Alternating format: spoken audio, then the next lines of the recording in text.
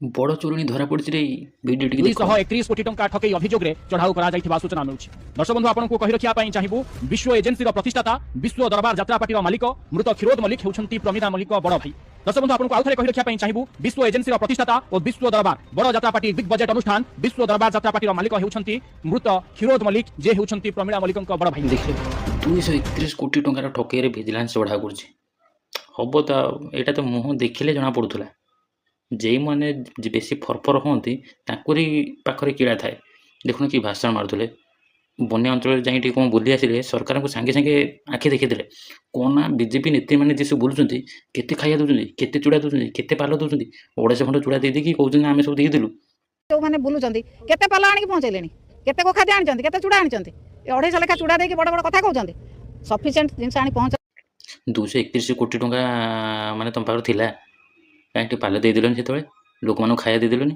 ନା ନା, ବର୍ତ୍ତମାନ ଯେତେବେଳେ ଧରା ପଡ଼ିଛ ଯିବ କୁଆଡ଼େ। ଇଏ କିଛି ନୁହଁ, ଆହୁରି ଅଛି। ଖାଲି ଏତିକି ନୁହଁ, ଦେଖ ଏଇ ଭିଡ଼ିଓଟିକୁ। ଗୋଟେ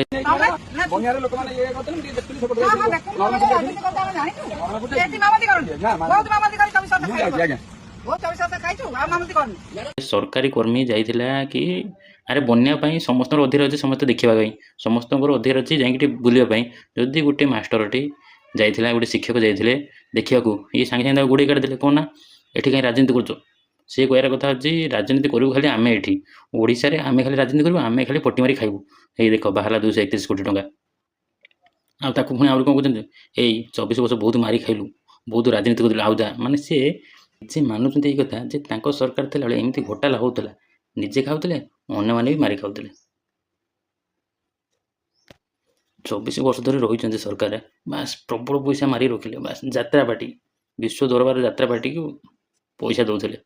ନିଜ ଭାଇନା ଯେହେତୁ ଯାହା ବି ହଉ, କ'ଣ ସବୁ କ'ଣ ଆଉ ଏକୁଟିଆ ଖାଇଦେବି କି? ନିଜେ ଖାଇବି, ଆଉ କିଛି ପରିବାର ଲୋକଙ୍କୁ ବି ଦେବି। ଓଡ଼ିଶାବାସୀ ଯାଆନ୍ତୁ, କ'ଣ ହେଲା।